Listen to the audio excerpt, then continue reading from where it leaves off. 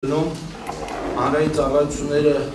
կարգավորող հանձնաժողովի աշխատակազմի կողմից ներկայացված որոշման նախագիծը Հայաստանի էլեկտրական ցանցեր փակ բաժնետիրական ընկերության էլեկտրական էներգիայի հզորության բաշխման համար 0092 լիցենզիան դադարեցման մասին նախագիծը քննարկումների արդյունքներով առաջարկությունների խմբագրությամբ ովքեր են կողմ օրակարգի հարցին, այսինքն ովքեր են կողմ լիցենզիայի դադարեցմանը, ովքեր են դեմ, շնորհակալություն,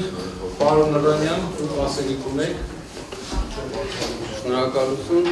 հարգելի գործընկերներ, մենք մի հատ իրավակարգավորում ունենք, համաձայն որի որոշման նախագծին դեմ քվեարկողը պետք է ներկայացնի հատուկ կարծիք, որը թույլ տվեք ներկայացնել, դրանից հետո որևէ հարց ու պատասխան պարզաբանում ելույթ չպետք է լինի, նաև առաջիններով ասեմ, որ ինչ ունեմ ասելու այս հարցի վրա էլ հիմա ասել եմ, հավելյալ պարզաբանումներ միսից հետո չեն տրվելու։ Ուրեմն այս 3 օրվա ընթացքում ուշադիր լսում էինք եւ ելույթները եւ հարց պատասխանը, ի հայտ են եկել մի շարք հարցեր, որոնք նույնպես ես տվեցի և իմ տեսակետը նաև ձևավորել է այդ հարցերի տրված պատասխաններից։ Առաջին խնդիրը, որ ուզում եմ նշել, դա իսկապես այս վարույթը կարճելու կամ կասեցնելու խնդիրն է, հաշվի առնելով այն հանգամանքը,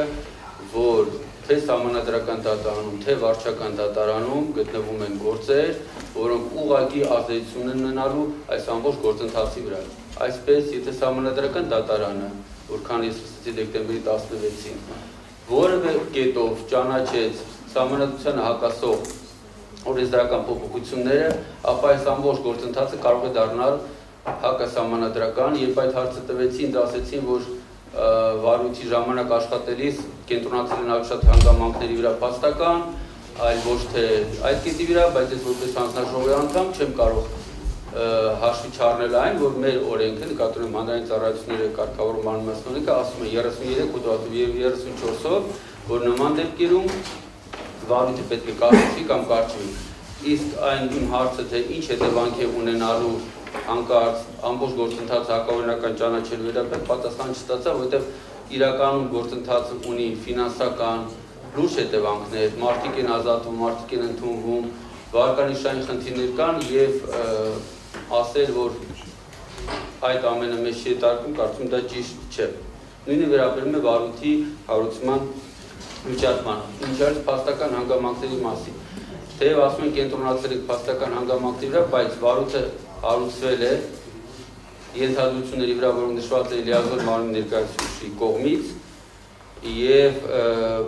վարույթը իրականում գնահատվել է բոլորին այլ ուղղությամբ, ինչը ընդհանրապես չի համապատասխանում վարույթի անցկացման այն մեթոդաբանությանը, որը առկա է հանձնաժողովում և երկրում։ Մենք բազմաթիվ դիմումներ ստանում ենք և երբեք միայն դիմումի հիման վրա վարույթ չեն կարող հարուցել, մինչև համոզված չենք, որ առկա է խախտում, մինչև անպաստման փաստական հիմքերը չկան։ Այս դեպքում մենք գնացել ենք այլ ճանապարհով, ինչպես ես իմ հարցում տվեցի, որովհետև այդ ենթադրությունը ունեի, որ կարծես թե մենք սկզբից հարուցել ենք վարույթ, հետո մտածել ենք այդ վարույթի համար ինչ հիմքեր դնել։ Ցանկացած վարույթի հաջորդ հարցը, ցանկացած վարույթի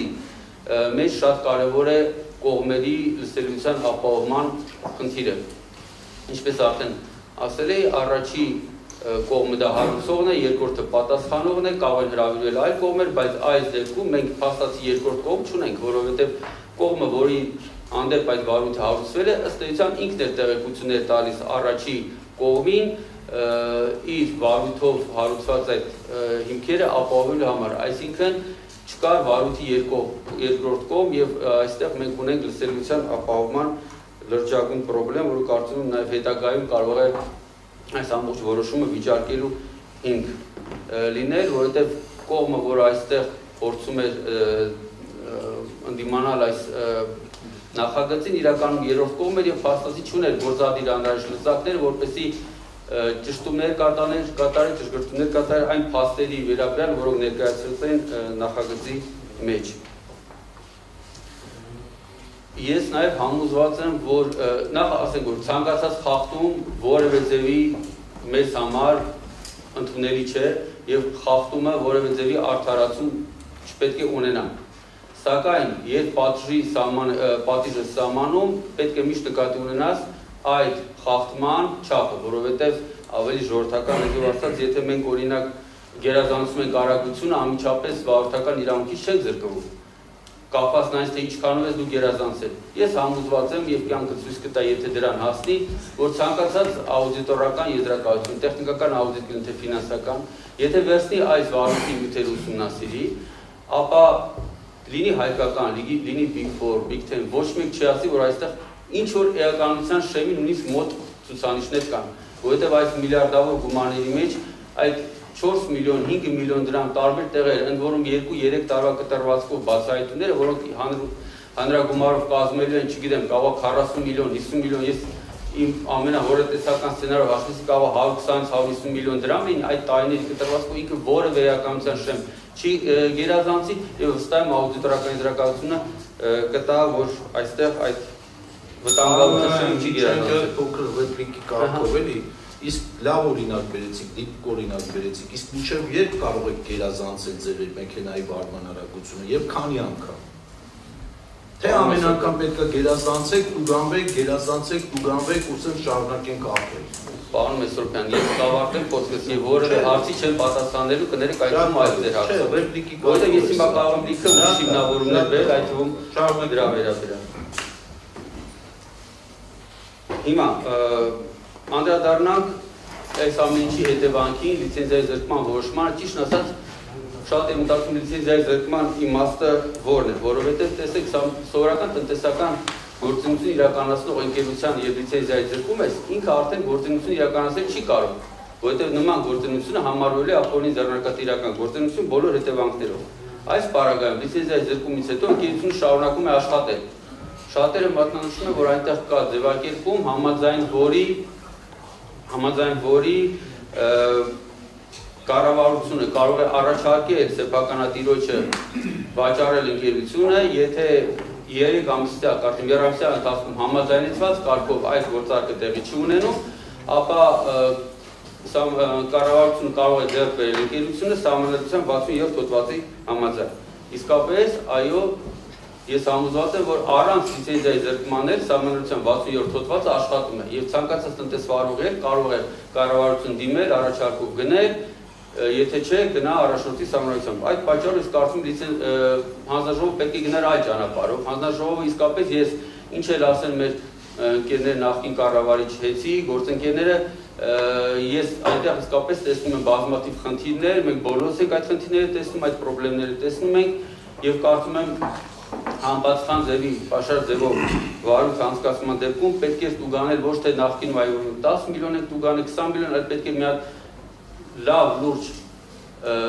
բաժական որոշում կիրառել Հեցի նկատմամբ, որ նաև սեփականատիրոջ ուշադրություն հրավիրենք բազմաթիվ խնդիրների, որոնք Հեցում իսկապես առկա են, եւ նաև մենք որպես վերահսկող մարմին, այո, կարգավորող մարմին ուժեղացնենք մեր գործառույթները։ Իսկ ինչ վերաբերում է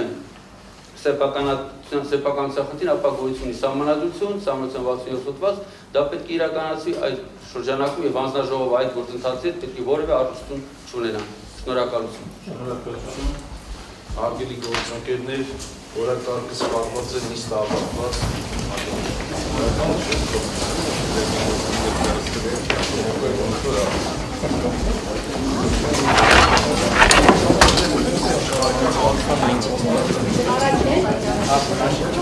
Alt met het uitgang.